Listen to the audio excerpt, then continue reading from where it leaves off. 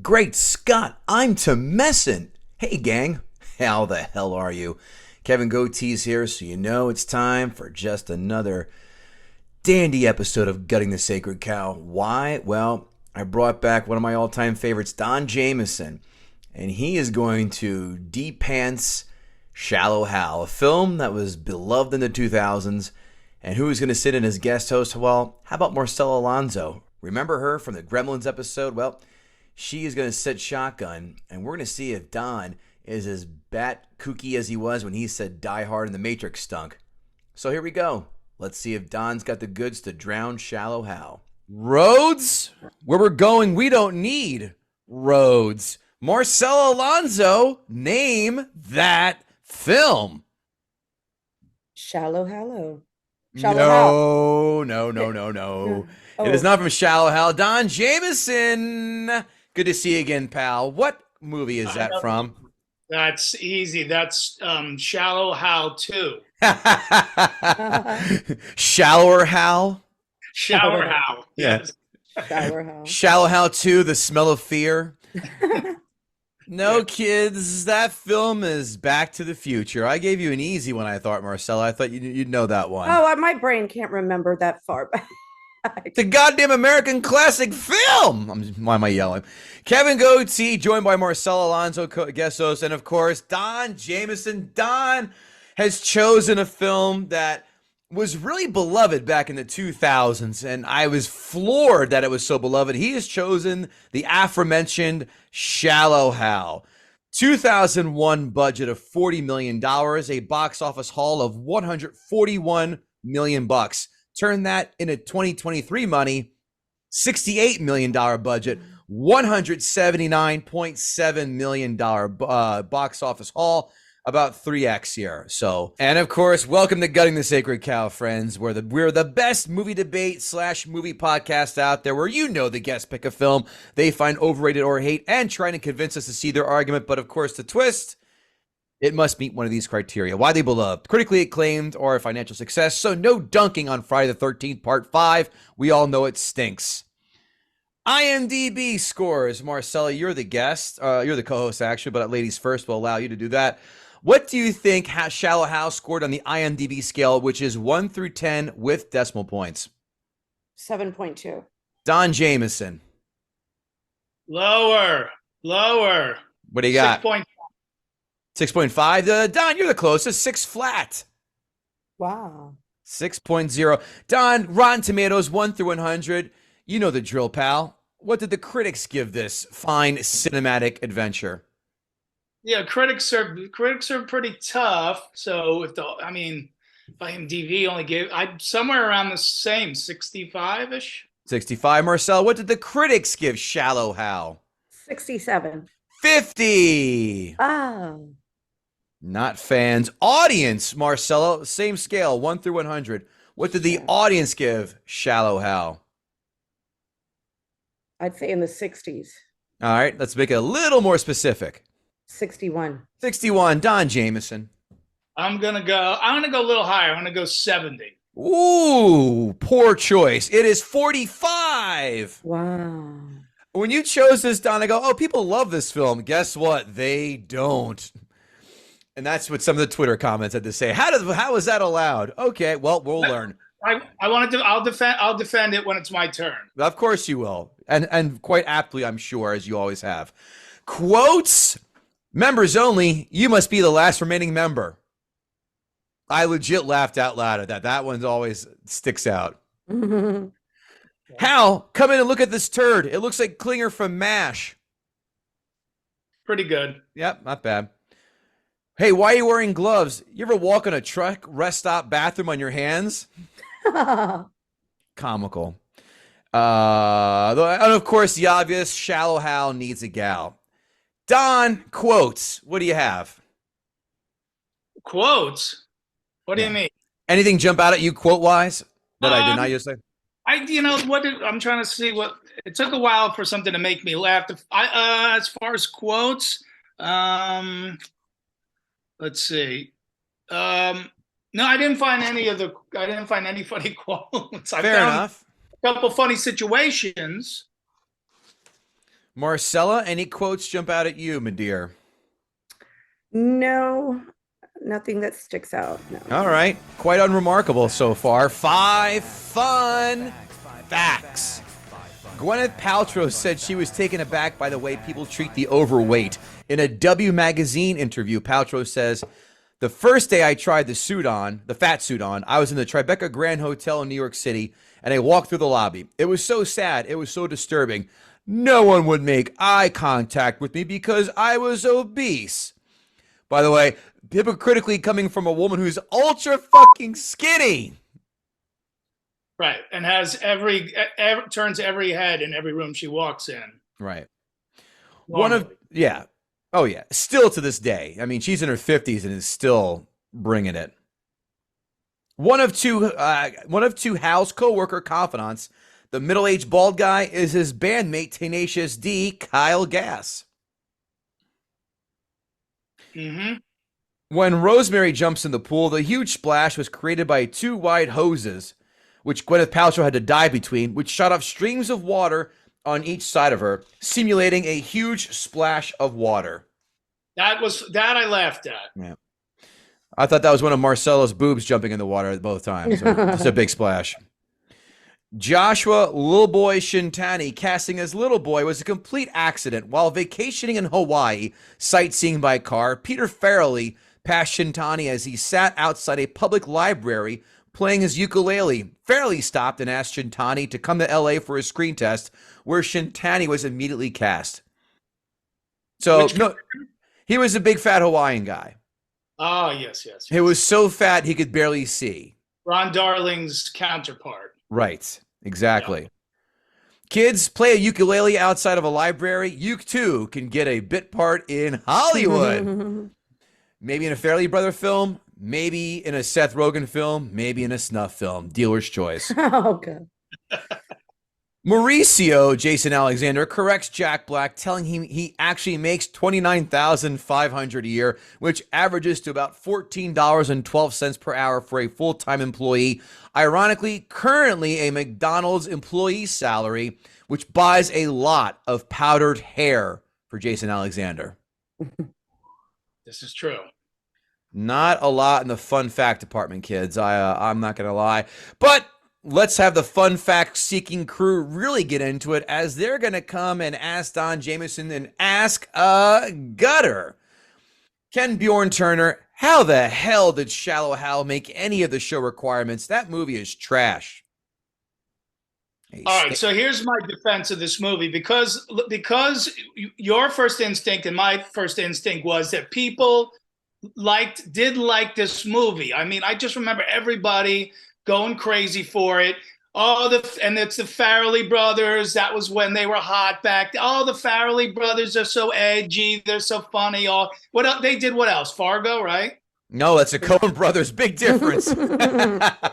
Whatever. They were Dumb and Dumber, Kingpin, Something About Mary. Okay. All those. Me, Myself, and Irene. Right. They were the funny, edgy guys, and I get it.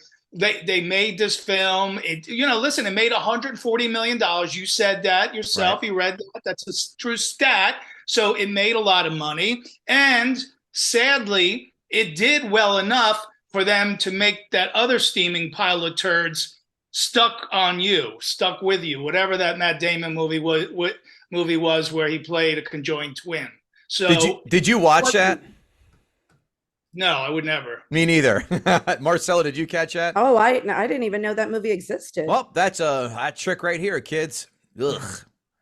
Yeah, and if that movie had done a little bit better, it would have been inevitable that the Farrelly brothers directed the trilogy of handicap making fun of movies, with one about a thalidomide baby starring Brad Pitt. Let me write that down. Is that treatment out there? Can a thalidomide baby? Can we get Brad Pitt? Is he around? Is he available? Well, they figured we got Gwyneth Paltrow to wear a fat suit. We could probably get Pitt to put some flipper arms on. I would love to see Brad Pitt in a flipper outfit, and then just walking around and playing an autistic guy, grabbing girls' boobs and just going waka waka waka while making a bike horn sound at the same time. Already funnier than Shallow Hal. Next on Ask a Gutter is, oh, it clicked away from it. Oh, here we go. The Something Something cast, the fine fellows that you see, are artwork behind you that Marcela complimented me on. Most people ask, if this movie were made today, screw that. Who would you cast if this movie was made in 1985? That's a good question. Mm. Who would you cast in the starring roles, Don Jamieson? Well, you would, yeah, probably had your pick, right? Wouldn't you have Belushi available in '85? Yes, he was alive then, right? I'm pretty sure. You would have had John Candy. You know, I'm just trying to think of the heavy, funny men who were popular back then, who had some charisma. So those guys would be available. And then female wise, who was Leah Thompson? Yeah, she. Jennifer Grey?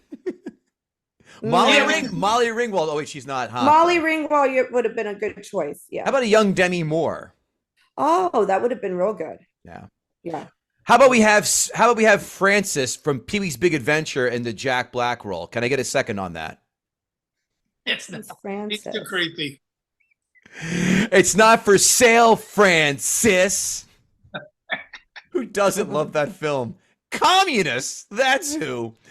Next at Newark Night, Brandon Oglesby. This movie is the most shocking, up for a gutting. Really didn't think this qualified. Second person to say that. My question for Don Jamieson is, do you think this film shows the studio was massively out of touch, even for the time that it was made, or were writers just rushed to make anything work? I think it's this Farrelly brothers obsession at the time. They did Kingpin, you know, with the bowler, with the, you know, the prosthetic hand. It's like, now what can we take it up the next level?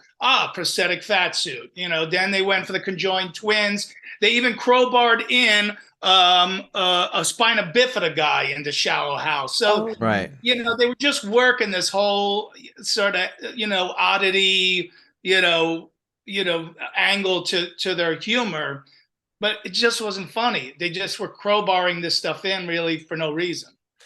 We also forgot to mention that Johnny Knoxville got the Down syndrome kids in the ringer, but he actually made it with the blessing of, I don't want to say the ADA, whatever that association is that really takes care of those people. Like, he did it in a tasteful manner. That's why he got the blessing of them to do it. But yeah, that's the one niche the Farrelly brothers missed out on. Oh yeah, and funny too. So Kingpin was funny. That movie is undeniable, but you know what, man? I rewatched it not long ago. Boy, it really slogged. I loved it when I first saw it. And Ernie McCracken is still hilarious. Let's not get that twisted. But a lot of the in-between stuff, I was just like, it's lazy. There are lazily written jokes. Dumb and Dumber is still flawless. And I am a huge Me, Myself, and Irene fan. Huge. That film is great. We'll get into it. Next question. At Lord Snurts, Shallow Hal? Surprised this made the cut. Third person. Going back to the playground for this question. Growing up, what was your go-to fat joke or insult? Here you go. I was the one. And when I was a kid, I was the fat kid. So I was, I was Fat Donald until fourth grade. Fat Donald? Oh. Yeah, that's what they called me. Now look at me. Yeah. I'd be more offended if they call you Donald. That's pretty it was a little more embarrassing. Yeah. I knew I was fat, but I didn't want anybody to know my full name was Donald. Your mama jokes. I mean, your mom was so fat, She, you have to roll her in dough, look for the wet spot, and slap her thighs at the baseball bat to right away in. I learned that from Last Boy Scout. Those are the best ones I've heard. Marcela, any fat jokes that you heard or gave out as a kid? No, not that I can remember. Oh, all right. You're better than us. I get it. Okay, moving on. I didn't know. I can't think of anything. Don and I are two dirtbag comedians. We just made fun of everybody who just walked in our general path. At Eric4953, all right, wait. It was kind of cool seeing Ron Darling in the movie. Are there any redeeming qualities of this movie? I say no. Redeeming qualities. I think, as bad as I thought Jack Black was as a comedic actor, he actually was pretty good with the straight stuff. He was actually better as like a sincere actor than he was he's way over the top as a kid. Like he made Robin Williams look, mild. Yeah.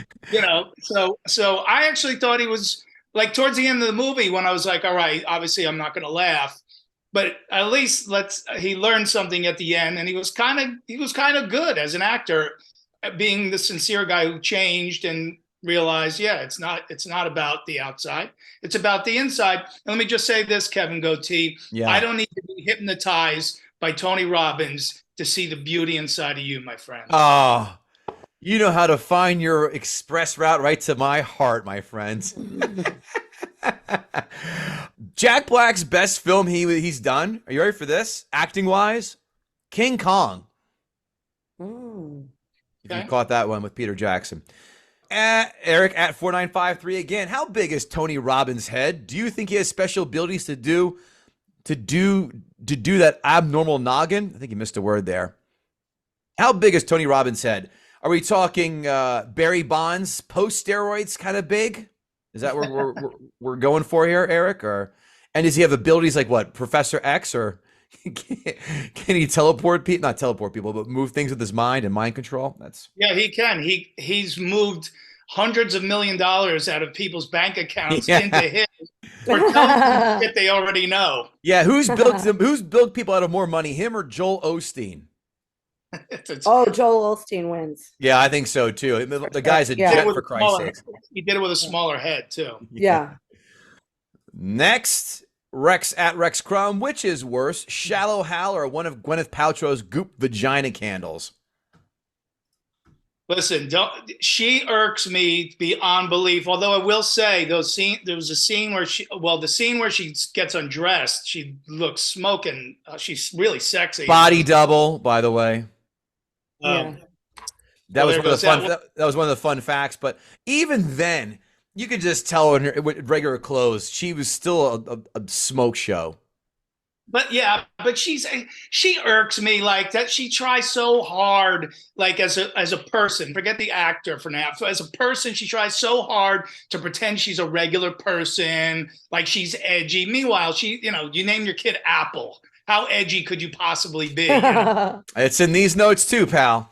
She's like, she said in a magazine article the other day, they go, what was it like, being able to hang out like in Hollywood before social media? Oh man, we used to do coke off the tables and dance up on the tables. And you never did that. No, she's one of those. I put her in the Jennifer Aniston category in the sense that we all know she's attractive, but there's nothing about her that evokes I just want to bang the living piss out of her kind of thing. And you're 100% right. Do you think she's sitting there doing coke off Ben Affleck's cock at a Miramax party? No, I do not. No, she was busy doing it off of Harvey Weinstein's. Yeah. Marcela, who's a dude that everyone pretty much agrees is attractive, but you're like, he doesn't exude that I gotta bang this dude? And don't say Don Jamieson. He's right here. That's very rude of you to do that. No. What's his name? The one from Magic Mike. Channing Tatum? I mean, yeah. That guy? Yeah. You think so? Really? Not a fan? I don't think. I knew of him when I was younger. So I think that it plays into a factor. What do you mean you knew of? Do tell. What do you mean you knew of him? We both were strippers in Tampa. So okay. I knew of him and when he used to strip back then, but I've never found him attractive. Did you find him when he was dancing at Chippendales? Or no, he wasn't dancing for Chippendales. No. Was he at why? You have a smile on your face. Are you insinuating was he at a gay club dancing? That's a yes. Allegedly. Allegedly. Oh. Okay. Well, Channing Tatum is gay for pay, according to Marcel Alonso, everybody. That's what I learned. That is come out of my mouth. Allegedly. At Eric4953, he's on fire today. I hope real Don Jamieson shreds this movie. Jack Black is not funny, never has been. This movie is full of hateful stereotypes and some not so hateful. I guess all fat people are sweet and nice. Bullshit. Michael Moore, Rosie O'Donnell, Harvey Weinstein. How about we throw in there Mike Francesa? Yeah. But at least he's cranky and it's funny. Yeah. Back after this. Turn my mic on! I can do this all day with you. At Zyphos, that movie sucks so bad it's hard to come up with any question. All right, statement. At Nemirovsky, other than this atrocious piece of shit, what are your favorite and least favorite Farrelly brother movies? Well, Kingpin's their classic movie, and I think I like any of their other movies. I will disagree. Oh, they did do The Ringer. I was right. They did. Listen, Dumb and Dumber. I just can't. That's top of the mountain for me. Me, myself, and Irene. Something About Mary. I haven't watched in a while. I loved it. Kingpin again. It kind of fell off. By the way, I rewatched this like a month or so ago. You ever see a film called Outside Providence? It's terrible. It's like a coming of age film in the 70s with Alec Baldwin in it. It's bad. They also did Osmosis Jones, if that's really your thing. Stuck on You, Fever Pitch. I will not watch Fever Pitch, being I hate the Red Sox. Stuck on You, the aforementioned. The Ringer, The Heartbreak Kid. Hall Pass, that wasn't good. The Three Stooges movie. Oh, okay. Then it's Movie 43, Dumb and Dumber 2. Green Book. Oh, okay. That's a nice hard pivot. The Greatest Beer Run Ever. That was on Apple TV, which I did not see. But yeah, they came out of the gates fast, but then their horse broke a leg in the race and got shot and had to get put down and made into glue. I used to dance in gay clubs in Tampa under the name Osmosis Jones. Did you and what's his face? Damn, I'm blanking on him. Channing Tatum. I never really had anything to do with him though. I knew of him, but I didn't have anything to do with, anything either. She's just being coy. He just took her title of Kielbasa Queen from her and she's pissed. I just, something about him, like till this day, I don't, even though like, I could say he's attractive, but personally, I just. Okay. See, it's about the inside, Marcela. That's just the lesson of Shallow Hal. Yeah. Marcelo High needs a guy. I don't know. I just came up with that on the flop, and it was terrible. Let's let Don Jamieson out of the gate and out of this Channing Tatum fever dream he's in right now. Let's let him dust off those notes, Marcella. Help me have Don Guts, the sacred cow. All right, so the first thing I'm going to say right out of the gate is I'm not judging this movie through the lens of 2022, because we all know this script, nobody would even turn this script in, because the truth of the matter is, this movie should have just been named Fat Shaming: the movie. Yeah. Right? I mean, that's basically what it is. That's what it would be called today. So it's not about that I'm offended by fat jokes or anything like that, but it just wasn't funny. And to me, it totally gave the totally different lessons about fat people or ugly people, like they basically, and pretty people. Like all the negative stereotypes got put on everybody else. All pretty people are vapid and empty. Right? Mm-hmm. And all fat people are nice and charitable and jovial. Not necessarily true, like that person who tweeted him before.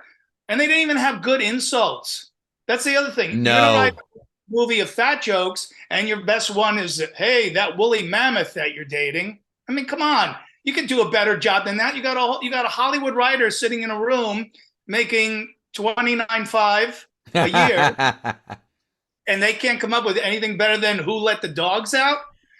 It was so lame. I mean, I had a fat friend. I used to call him L. Ron Chubbard. That's funny. L. Ron Chubbard. That's making the cut of Videograms. I promise you. Where was that when I asked you your favorite fat, monikers? L. Ron Chubbard. What about Gwyneth Paltrow? That's fun. I mean, Christ, you're 100% right. And I guarantee you this, a friend of the Farrelly brothers look, here's the $1,000 if you can work in a Who Let the Dogs Out reference in this film. Because that was so goddamn shoehorned. I think everything was shoehorned. It was like Gwyneth Paltrow just won, first of all, she just won an Oscar for Shakespeare in Love. And now this is what she follows it up with. Like, oh my God. what is she thinking, right? But again, she wants to show that she's a little edgy and that she's cool and she's funny and all that stuff. And she was America's sweetheart, and they were trying to position Jack Black as the guy, American sweetheart. The Farrelly brothers were hot. Harvey Weinstein was masturbating to a potted plant one day, and the next thing you know, all these people are on my movie screen. Get them out of here. Jason Alexander, who I would consider a comedic genius actor, couldn't even get the stink of this movie off of him. The tail was the least offensive thing about Jason in this movie. He was George Nostanza in this movie. George Nostanza. It was the spray on hair, the tail thing was just weird. Like in the last 5 minutes of the film, you find out he has a tail. You could have had tail jokes the whole movie. Like, how do you save that all the way to the end? And that's the big reveal is I had a tail. Like, that's why he's insecure. Like, we're burying the lead with that dog shit joke. Stop it. Yeah, you're a chubby, bald, 5'4" guy who makes $29,500 a year. That's why you're a loser. The tail is just a bonus.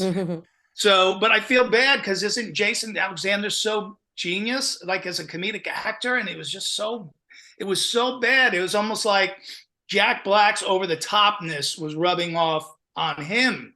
Like Jason has usually got those instincts on how to play stuff, but you're so right about Jason Alexander being a comedic genius, because I laugh my balls off when I watch him try to rate Julia Roberts in Pretty Woman, because we all know she could whip his ass. He's not taking her down anytime soon. He's 5'3". Yeah, and then I love he's so insecure that the girl he's dating in the movie is a 25 on a scale of 1 to 10. Yeah. She's a Hollywood 25, and he won't go out with her anymore because her second toe is bigger than her first toe. Come on. But we all know guys like that, though. I mean, I know dudes who are like, oh, the feet people, but they'll find like the one thing and they'll hyper focus on that. I'm like, dude, you're like a Montana 4. Like, I don't see how you have right to. You're a hell in a 4 guy. Let's not go out there and think you're going to land a Gwyneth, a Gwyneth Paltrow, as you said. Right. And she was the least hot woman in the movie, by the way, Gwyneth Paltrow. I mean, all those other supporting women were smoking hot, but there's no way Jason Alexander or whatever his name is, Martinique or whatever his name is in the movie, who's got a tail and spray on hair, is getting a Hollywood 25 to be his girlfriend. And he's certainly not shunning her because she has one of her toes is longer than the other. Here's the bottom line. When the best actor in your film is Tony Robbins, it's time to hire Tony Robbins to consult you on how to make a better movie. I thought you were going to say the spina bifida guy, and I would have co-signed on that. I mean, I was waiting, like, so crowbarred in for no reason to have that in there. But I guess that's one of their funny things. Let's find some kind of handicap that we can exploit. Spina bifida, they just think the word spina bifida was funny, so they figured a way to put it in the script. Again, I'm not offended by jokes about anything. They just, as long as they're funny. If George Carlin did a 20-minute bit in the 70s about obese people, it would still be funny today because he's funny. There's nothing funny about the fat jokes in the film. There's nothing funny about having a spina bifida guy crawling around on his hands. There was no reason for him. The whole thing about, even it was mildly funny that his dad told him when he was dying all this shallow stuff. But then he confesses to Tony Robbins in the elevator that he doesn't even remember his dad. So how did that seep in so much that he became Shallow Hal if he doesn't even remember his dad, right? So that somehow it seeped into his mind.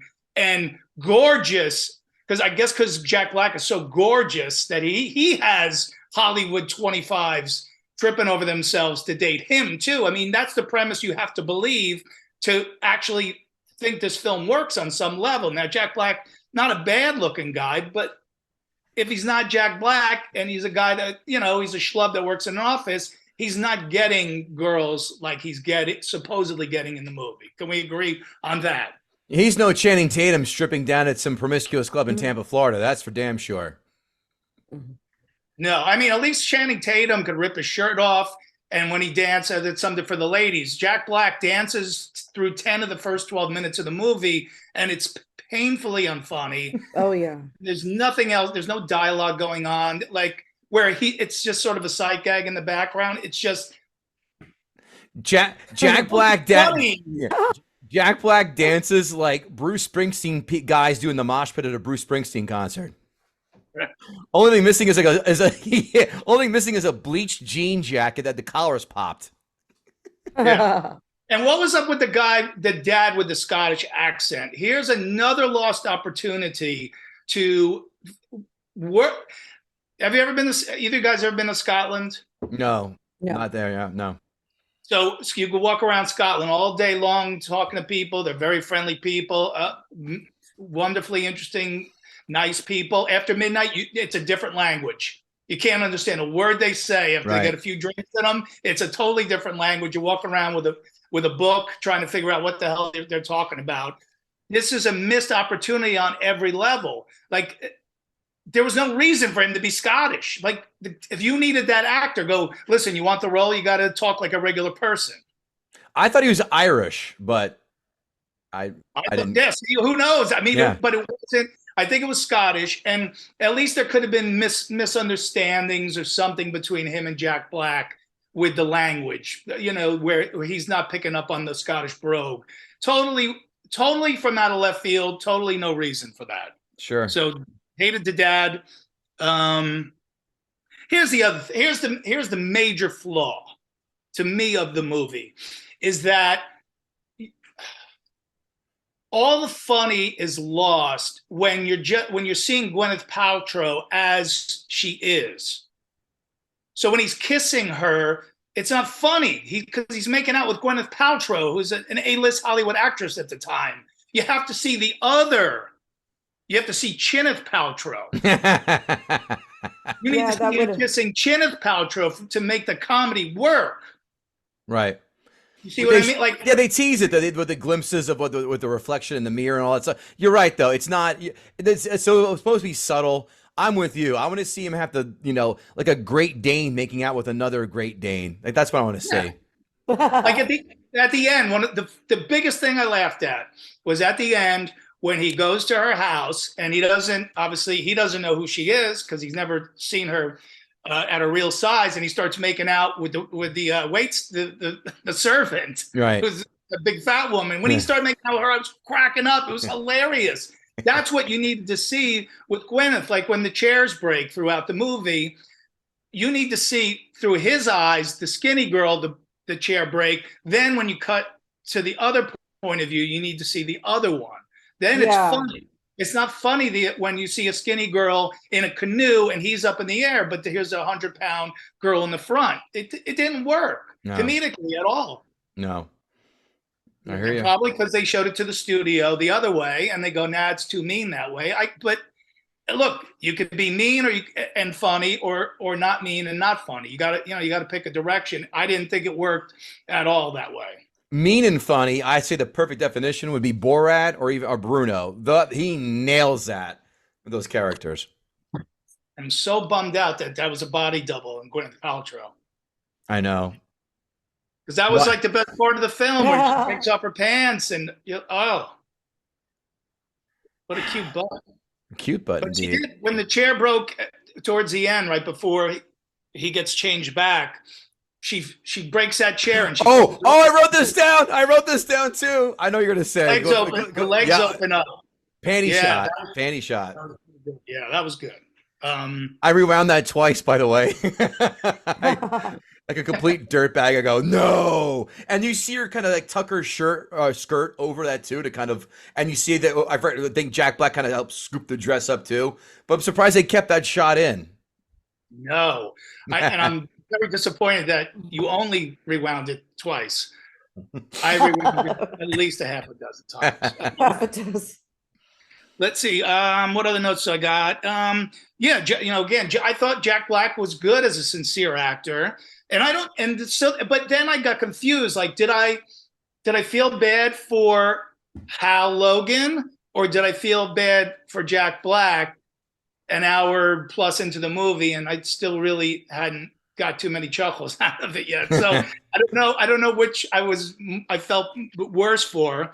But again, yeah, the funny at the ending when he's making out with the servant. And oh yeah, the last thing, you know what? If you thought Jack Black was funny in the movie, that's cool. Whatever. I mean, to me, he did a lot of mugging.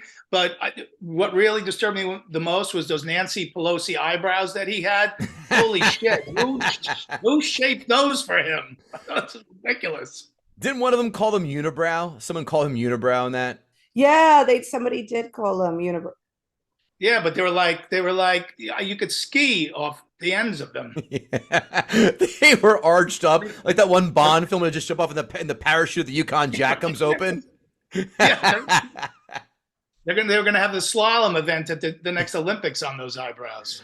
Oh man! So a couple laughs in there, a couple funny lines, but you know, like when you said them, they were kind of funny, but then you know, if you didn't buy into the characters and weren't buying into the script, the lines just, you know what I mean? Like, you know, when you're having a crappy set and people start laughing like 20 minutes in, you're never going to get people, you're never going to get 8s and 9s on jokes.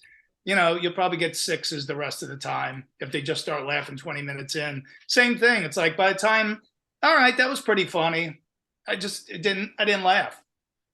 Give me a number 1 to 10. I'll give it it's a 4. Oh, Not too persuasive with that 4. Well, I think I'll give it a 4. Marcela, my dear, why don't you go and give your notes on this okay. Oscar-nominated Oscar snub film? Excuse me. Okay, so the first thing, dating the neighbor, in the beginning when Jack Black is dating his neighbor, I feel like that would have never happened. Why? Because that was out of the league. I can't see it happening. Me personally, I don't want to know who my neighbors are. A lot of women, we don't want to get too close to our neighbors for nothing, none in the world. You know what I'm saying? If they're heterosexual male, it's too close because of the boundaries thing. Oh. Yeah.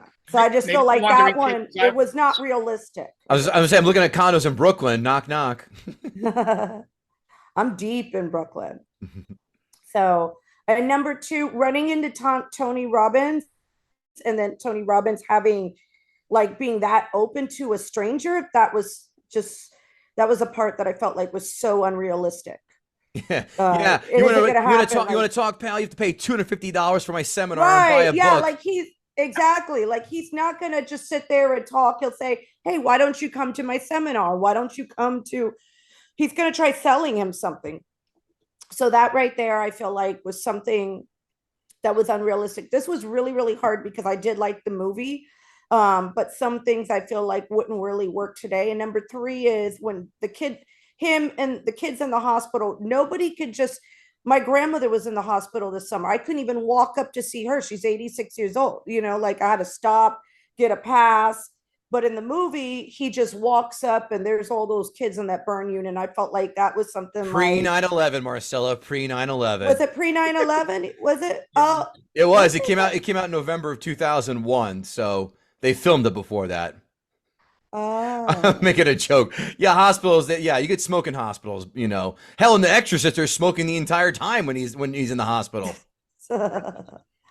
And then number 4, I would say again with Tony Robbins, when Jason Alexander approaches Tony Robbins trying to fix that problems, again, Tony Robbins is going to be like with his hand open right away, trying to be like, oh, you want, it's going to, you know, he's going to try selling them. Any guru like that is into sales. They're going to say hi, bye, and that's about it. So, and then the last thing, when he bumps into Katrina, there's a girl named Katrina and she's supposed to be an ugly girl.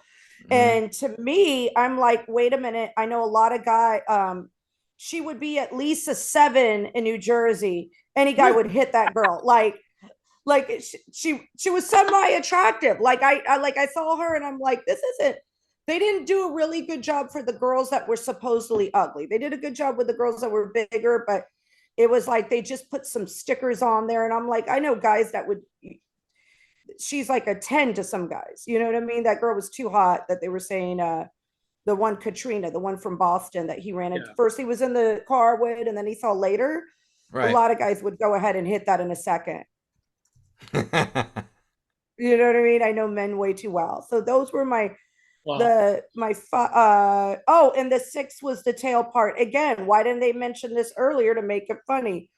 And like that was, I had this, I forgot about that. Yeah, because I was gonna say the same thing. Why didn't they mention this? They said at the last minute, and then it was kind of like, huh? Mhm. And by that part, it kind of lost its, funniness. I think they should have brought it in the beginning. Would have been a lot more humor in the whole movie. I agree with Marcel about the girl from Boston coming back at the end.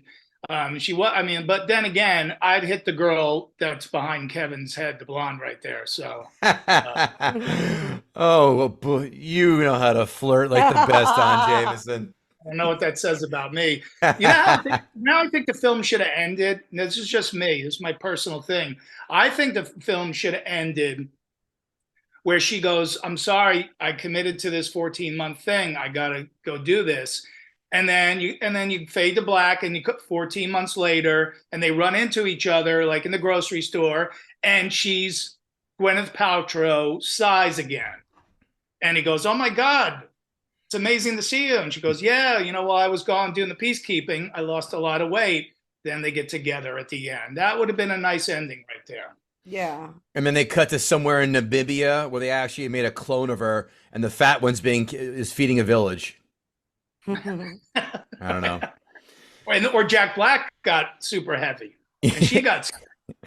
or he killed her, and he made a suit out of her skin. Oh, Like Silence of the Lambs. All right, spitballing here on this podcast. Marcel, what else do you have? That's what I came up with because it was very hard because I actually enjoyed the movie. So all right, that was give me a number 1 to 10. Very hard for me. 7. You like this a lot. I did like it Okay. though. I liked it. It was way better than the last movie that I was on. With because I guess I was compared to a child. It wasn't too long ago, so and it was cute. Yeah, she did Gremlins, by the way, Yeah. Don. She's not a fan of Gremlins, so. Well, when I was younger, because it was the time span of seeing Gremlins, and then when Sure. you see it as an adult, you're like, what, huh? But this movie, because again, it came out when I was adult, and I'm still an adult. It's not a lot of stuff. The only thing I could see, they couldn't really do it today, and No. no, and there's a lot of nasty fat people out there. You don't say. So, yeah, there's a lot of nasty. A lot of them are flying Spirit and Southwest Airlines. There was a part, I forgot this, when they were dancing around, and I know a lot of people that they're very confident in their body now. So that's where I feel like, yeah. 7 for Marcella, Don a 4. These notes brought to you by Gutting the Sacred Cow. Have you left us a 5-star rating and 2 and 3 sentence review on your podcast platform of choice? You haven't. Why not? I love to screenshot my favorites. Mm-hmm. Please do so. guttingthesacredcow@gmail.com if you want to advertise with us or just to say hello. Notes! Shallow Hal's dad giving him advice about dating hot young women on his deathbed sounds exactly like Charlie Sheen, Prince Andrew, and Jeffrey Epstein would sell their sons as well. After, of course, yeah. And of course, after Hillary Clinton will hang Prince Andrew like she did with Jeffrey Epstein, allegedly. Jack Black dancing is annoying as that dance the cha-cha or the electric slide at weddings. Yes. Or yeah, 2 Guidos having a dance-off in a club down the Jersey Shore, too. I forgot to add that. How about Hal's neighbor, the female that Marcella brought up, insinuating that he should move because she's not into him? What a narcissistic twat. Is this like a loser leaves town match after someone declares feelings for someone that aren't returned? What a bitch. You should leave and move out of this building because I don't like you is that way. Jack Black easily seems like the guy who lies about how many women he slept with. Mm-hmm. Here's one where they were playing. Why were you looking at me when you said that? What'd you say, Don? Why were you looking at me when you said that? Everyone plays the Frankenstein game like they did in the movie when it comes to the perfect dream person. I thought about it for about 30 seconds and I have mine. You ready? Brooklyn Decker face, Emily Ratajkowski boobs, Taylor Swift legs, and J-Lo ass. Don, your turn. Channing Tatum face, Channing Tatum cock, Channing Tatum ass. Chris Hemsworth abs. Jim Florentine face. Yeah, and ass also. Yeah. You know what's funny with Hollywood people? It's like, I don't know, like I'll see him like one time and then I'll go, oh man, that woman's gorgeous, and then the next time I see her in a movie and it's like, I don't know. You know, I think Jennifer Aniston's really pretty. She obviously must be completely nuts. 100%. I have my reasons about her, but go ahead and I'll tell you mine in a second. Why? I don't, she's got a pretty face. Body wise, God, who's got a super hot body? I'm a boob guy. Me too. So, somebody with boobs. There's not too many of them. Than hers. I think Jennifer Aniston, she's been divorced how many times? I think she loves shitting with the bathroom door open, and all the dudes are like, I'm done. I can't have this anymore, and they leave. Like her and Halle Berry are like two of the most beautiful women. Oh, yeah. And no guy wants to stay with either of them. But I don't know who's a busty Hollywood. There's that woman. Salma Hayek. No, there's a woman. She was a redhead. And she was on Mad Men. Yes. Yeah, she's the one. Yeah. Okay, Jennifer Aniston's face, Christina's boobs, and I don't really like a big butt, so I go with somebody a little more. Whoever the stunt double was for Gwyneth Paltrow. Shallow Hal, I want her butt. Marcela, how about you? Give me your perfect hybrid. Oh, perfect hybrid. Kevin Goatee's face, Don Jamieson's arms. A perfect hybrid. I can't really, because with men, it's different. We look at women really do look more of personality than looks, though. Well, that means Don and I have Chris Hemsworth personality then. Because sometimes if a guy's too fit, that's too. Okay. Yeah. Cancel my gym membership. All right. Get fat. Okay, next on the notes, Jack Black, though, however, has no body parts that people would like to make part of his Frankenstein game that we just played. Tony Robbins looks like NBA former star George Morrison. Don, I think you know that one. Morrison, yeah, I fucked that up. Hal has the charisma of a drunk mortgage sales rep at a convention while he's dancing. And he's also dancing like he's running serpentine to the nearest bathroom before exploding into diarrhea clouds. His dancing annoys me.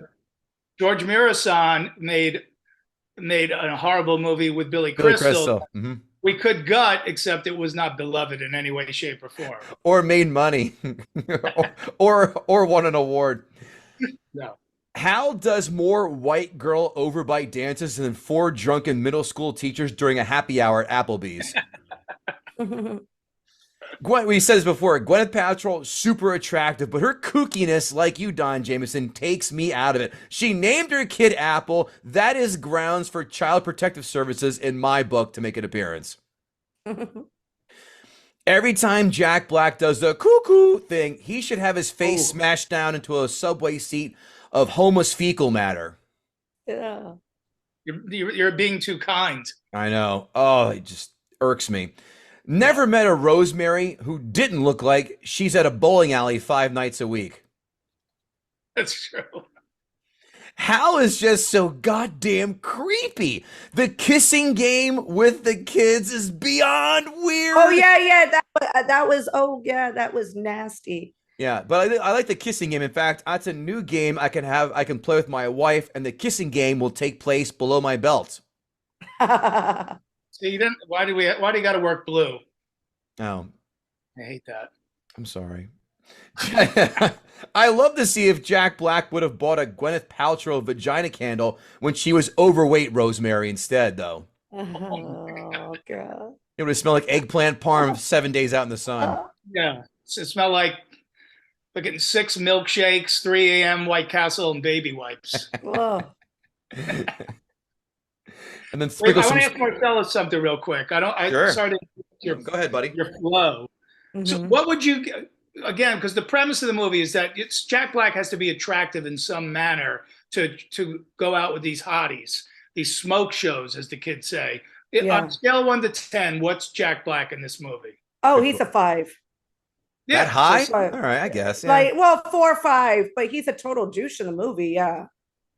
He's It an- was just cute.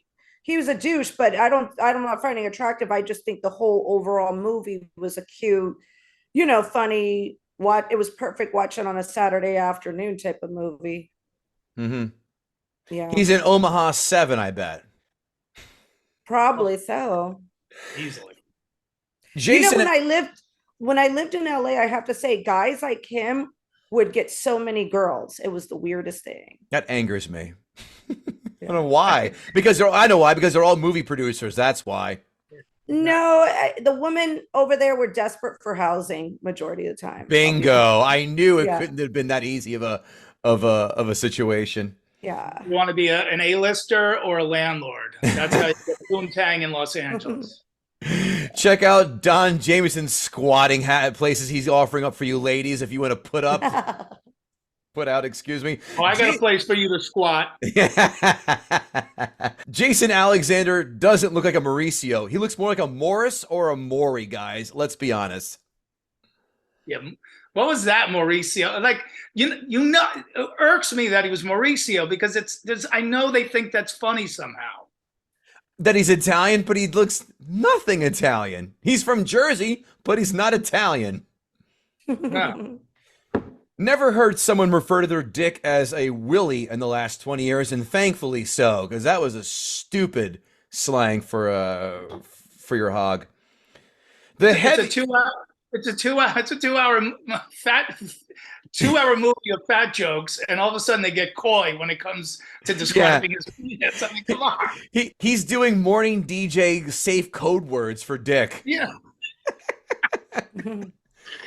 Yeah, the heavy-handedness of anti-fat shaming in this film is overbearing for a supposed comedy. This film has felt like a lecture for the last 35 minutes, by the way, I've laughed harder during a Greta Thunberg speech than this film. How dare you? During the gym scene, Jason Alexander is dressed like someone who's never been to a gym. Hence the physique. Yeah. He's dressed like he's trying to go. He's on a trial membership for a country club in the 80s. And he's the last member. Zing. I love the callback. I was wondering why Hal was driving a Jeep Wagoneer with a bike rack at the top, but now my question has been answered at 1 hour and 4 minutes in. I wonder when my next question will be answered, and that is, how much longer do I have to wait to have laugh number 4? This has been an hour-plus apology letter to overweight people and those with disabilities. Ron Darling gets I his... think it had the opposite. I think it had the opposite message to me. Like I said at the top, it just demonized other people for the sake of making overweight people happy. So they basically just offended everybody. I didn't get that. I thought it was so like, we see you fat people. We're going to have fun, but we're going to really just bash you in the face with that obvious, we know it's wrong and we're here to correct it.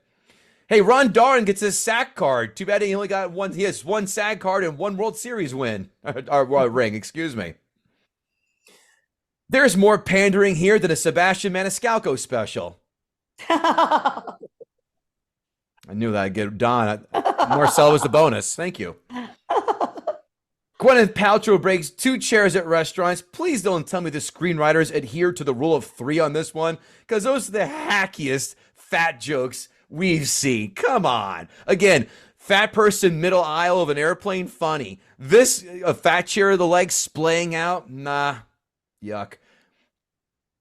Please tell me that when Hal has that spell reversed with the hostess, that Hal can't determine who a hot woman is before, and then seeing her after the spell has been lifted as seeing like Don Jamieson in a wig.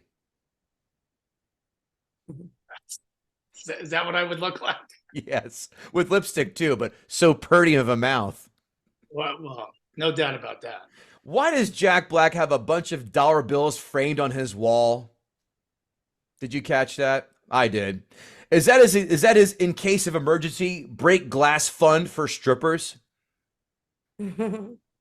So we go back to Hal in the hospital. He was playing the kissing game with burn victim kids that are more susceptible to infection than someone swimming in the Amazon with open sores. Yeah, that doesn't happen. You think you're going to be kissing kids who have skin grafts and who are victims of third-degree burns? No. Mauricio driving a VW Cabriolet. What a real pussy magnet for such a playboy, right? Yeah, he should. I rented a car the other day. It was a Chevy Spark. I said, does this come with a stick so I can beat all the women off with? What happened, Don? Were they out of Miatas for you? Yeah. Or Jettas? Yeah, me and Mauricio could have cruised in Nevada.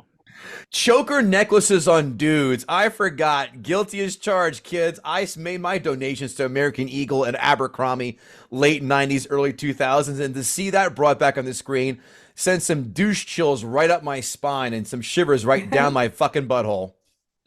Don, you had too? No, but I could awesome. totally. Whenever I see you, I picture you wearing one of those seashell chokers. I did the puka shell ones. Yeah. The Jeff Probst Survivor starter kit. Yes. I just didn't have the blue denim shirt and say, "Come on in, guys." 3 Survivor jokes. Jack Black kisses like a golden retriever who wanted to try oral sex on a Great Dane. Oh. Rosemary Dad. By the way, did you notice this, Don? Rosemary's Dad. Movie. It would have been a lot better movie. Airbud 3, the deep dark secret. Oh, God. Rosemary's Dad. Did you recognize who he is, Don? Shame on you if you didn't. That's one of the KC mob guys in Casino. Momo. That's the one who orders all the hits on those guys. But now he's all Faith and Bigora with the fake Irish accent. I cannot make the separation. Great movie, Casino. Did not Love recognize him as the guy. So he's not Scottish. So that was a put on. And so why? Again, where's the funny? That's as bad as Cameron Diaz's Irish accent in Gangs of New York. But at least do like Brad Pitt did in Slit. What was that? Snatch. Movie? Slit. Slit, Snatch, whatever. Coos, you know what I'm talking about. Yeah, at least make it so he's completely not understandable. That would have been fun. Great film, Snatch. Or have that actor halfway through the movie just turn Casino on, and then you don't have to watch Shallow Hal anymore. What do you mean Hal's gone? He's gone, and there's nothing we could do about it. Different movie, but you get the joke. This film felt like a PSA the Farrellys had to do after blowing a .25 at a DWI checkpoint and calling the arresting officer a fat Irish McWaste of garbage. This film was pure pandering without any consistency of jokes whatsoever. And I kept count, by the way, Don Jamieson. Three laughs. You can't argue the quality of jokes because there aren't enough to designate this as a comedy. Me, myself, and Irene, Dumb and Dumber. They're the mountaintop for the Farrellys. Kingpin, fine. It didn't grab me anymore as much, but I'll let that fly. This film was an egregious waste of time. I hated it when I saw it in the theater. I hate Jack Black there are 2 actors I cannot watch, and I had to watch for this one and another for another film. I cannot stand Ben Stiller, and I cannot stand Jack Black. So you can imagine the thermonuclear explosion when someone made me watch Tropic Thunder, because I despise both of them. Meet the Parents was the other one that was done in this podcast. Jack Black, great as King Kong. He was also in Enemy of the State with Will Smith. He was a computer nerd. Okay, fine. But when he has this silly, over-the-top horseshit comedy, he is School of Rock. Nope, can't make it through it. So annoying and not funny. I throw him right in the pile of Napoleon Dynamite. 2 out of 10. Fuck this movie. Wow. I hate this film. Wow. And it's funny, you said before, a comedy should not be an hour and 50 goddamn minutes. An hour and 45 is the max. This dragged. Critics, 5-star reviews. Romantic comedy is pretty tame for Farrelly brothers. This film is not funny. This film is not as funny as their best, but fascinates in the discomforting way it foregrounds the brothers' normally buried, facile, moral dialectic. Ding dong, we have our first catch of the day, a blowfish with a nice side of wannabe intellectual and a dollop of conceit and a sprinkle of insecurity. I hate this reviewer. Disguised as a gross-out comedy simply in order to get made, it's a heartfelt portrait of living in our own skin. We've seen so many comedies that try to be something about Mary or something like this, and the Farrelly brothers come to the rescue and show us how it's done. No. No. Critics, 1-star reviews. Obviously, no one bothered to tell Bobby and Peter Farrelly to stick what they do best in filmmaking: insanity, stupidity, and raunchy bathroom jokes. The Farrelly brothers are fresh out of ideas with this dull effort, a kind of Farrelly light. They have replaced international bad taste with the unintentional sort. A comedy that is as lame in its storytelling as it is in its physical execution.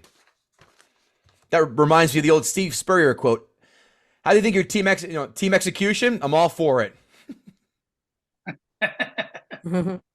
A movie that meanders from one sight gag to the next, many of which you've already seen in the commercials. True. Amazon, 5-star reviews. Such a clever plot. Love it. Signed, Stephen King. Really? Big fan, I guess. Next one. That's my neighbor. Yeah. I found a great guy when I was 15 years old. He was a burn victim, but I honestly only saw him as a very good-looking, charming, kind, sweet, and affectionate guy. I couldn't wait to bring him home to meet the family. When I introduced him to the family, they all just stared at him. Then they started making jokes right to his face. I was mortified. After that, he wouldn't go out with me. It broke my heart because I was really in love with them. To this day, and I am 63 years old, I have never found a man that I loved as much as him. I hope everyone who reads this learns something from my comment here. Signed, Don Jamieson. Now, that's heartfelt, I guess. I think. Can you imagine that woman? Like Nightmare on Elm Street must be a porn to her. Yeah. She goes. They ask, how big's his dick? It looks like burnt bacon, but man, it's 8 inches of fun. It tastes good. Less filling. This movie was warm and touching. It reminds us to look below the surface of others so that we can see the real person. The only thing that was objectionable about this film was the excessive profanity that the movie's producers deliberately inserted to get a higher rating, which was PG-13. Take that garbage out of the film, as well as a brief sex scene in which Rosemary is seen from behind wearing a skimpy thong bikini. Then the whole family can enjoy it. Subscribing to a DVD profanity filtering system like ClearPlay will make that possible. Their website is clearplay.com.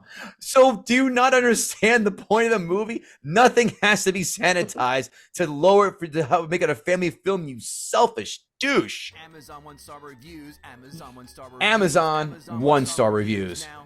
Well, Amazon said funny. I am sick looking at fat women, but the country just loves these fat babes. The rest of the country will give it 5 stars. Yeah. I think I've understood like one of all these reviews so far. Well, this one's going to get you. Watch this on a recommendation. Can't stand Jack Black. Still can't. His name in a movie is not a good reason to bother watching it. I'd rather watch something with Dan Aykroyd. He's bad, but not as bad as Jack Black. Signed, Chevy Chase. Oh, there you have it. We see the hypnotized Hal pleasing obese women everywhere while he is actively working against his own interests and those of humanity. When he was categorizing women based on their physical fitness and beauty, he was practicing a form of selection that allowed us to be the most successful species on the planet. His choice gave him excellent odds of mating with a woman who happened to be fertile, and also strong enough to survive pregnancy. Contrast this with what happened after he was placed on the conjurer's spell, as his reproductive chances immediately evaporated. A porcine woman is one less likely to be fecund, and also one more likely to contract diabetes, hypertension, preeclampsia, and ovarian cancer, along with producing babies who are also afflicted with, I don't even know this word, OMPHALOCLE, nope, don't know it, and other various birth defects. There's nothing shallow about avoiding obese women. The fact is, it's a height of intelligence. Such a predisposition is highly refined and highly recommended. That we have evolved to the point of castigating men who desire healthy mates is merely an indicator of a society-wide misandry and a reflexive habit of condemning what is male while fawning over what is female. Signed, Teresa Giudice from Real Housewives of New Jersey. She had me at fecund. Fecund. Last one. Well, what they have given their fans is a disgrace to the comedy genre. In fact, the only thing that's funny about Shallow Hal is Jason Alexander's comments about obese people, and you feel sorry for laughing at them. The film is about finding the inner beauty in a person and being content to not judge people on looks. What a crock. I'm 28 years old. I don't need nor want a morality lesson from a movie, especially one that's been false advertised. Nevertheless, Jack Black does a decent job acting, as does Gwyneth Paltrow. As mentioned, Jason Alexander steals every scene he is in, but he can't support the laugh quota for this dud. So, if you're expecting Kingpin or Dumb and Dumber, don't even bother with Shallow Hal. It is by far the worst of the Farrelly brothers to date. Not recommended. Marcel Alonso. Oh, sorry. Go ahead, Don. I'm just saying, if you do the math here, I think we have a gutting. I was just going to ask Marcel Alonso, did Don Jamieson gut that sacred cow? Not as much as you did. You gutted it way more. Holy shit. You really Don just got roasted on his own attempt to gut the film. She's I'm right. just being honest. She's right, though. I'm being honest. I didn't know you. It was hard for me because I like the whole story of it. But I'm glad that it's good when the guests, like when I did the Sandlot and the other guy was gutting it, I was like Marcella. I'm like, yeah, I didn't mind. I didn't think it was a bad movie, but man, did that guy have disdain. Mike Price, I love Mike. Yeah. Mike writes for The Simpsons. He's an awesome dude. You got to do a movie like Blue Crush, I think, or something. That will not qualify, my dear. A surfing movie. I'll be like, oh, like that. I remember someone did try to do Point Break, and that's a surfing film. Or is it Point Break or Blue Crush? I don't know which one. It's Blue Crush is with the blonde chick. I forgot her name, but Point Break is Keanu and Patrick Swayze and. Okay. I'm thinking of Blue Crush. Yeah, Blue Crush. Yeah. Point Break is perfect film. It's goddamn Blue enjoyable. Crush is what I do with my Viagra. And then you snorted off some rando's cock in a bar in the Piano Grand Hotel or the Chelsea Grand Hotel in your bedroom. Right. I'll see you in 30, cutie pie. Marcelo Alonso, we enjoyed having you. Tell everybody what you're up to. Ladies first for the plugs. What are you up to? Where can we find you? You can find my IG as Marcela Sobella. All my social media sites are under Marcela Sobella. My Facebook fan page is Marcela Sobella. Lost my TikTok. And Twitter is Marcela_LUV. And I have 2 different podcasts. You could just go on Apple Podcasts, write in Marcelo Alonso, and you'll see Get Schooled and Sunday Fun Day. 2 different opposites podcasts. One is about adult entertainment. The other one is comedians, stand-up comedians. Sweet. Speaking of comedians, I'm not kidding. Wait, what? Don Jamieson, my buddy. Shout it out, brother. What are you up to now? Just out doing my thing. Come see me at Uncle Vinny's, February 8th and 9th in Point Pleasant Beach, New Jersey. It's my home club, one of my favorite places in the world to play. And for all other dates worldwide, go to Don Jamieson Official on Facebook and Instagram, and Real Don Jamieson on the Twitter. Nice. GuttingTheSacredCow.com, where you can grab yourself a kick-ass hat, mug, bag, shirt, whatever. At Kevin Goatee, KEVIN, dates and all other good stuff as well. Fantasy football jibber jabber is ended by the time this airs, so I'm not going to promote that. At Gutting the Sacred Cow podcast on TikTok and Instagram. At GTSC podcast on the old Twitter. Marcela, it's fantastic having you back on, and Don Jamieson, open invitation. You know that, buddy. I'm so glad you're a regular here. Everyone loves having you on and hearing you. So thank you both for hanging out with us on a lovely Monday night for an hour and change. And thank you all to the fans and everybody of the show. Thanks for all the kind words. We love hearing from you, and it's always delightful to hear those words of encouragement from you. We'll see you guys soon. Take care. Avita Zen.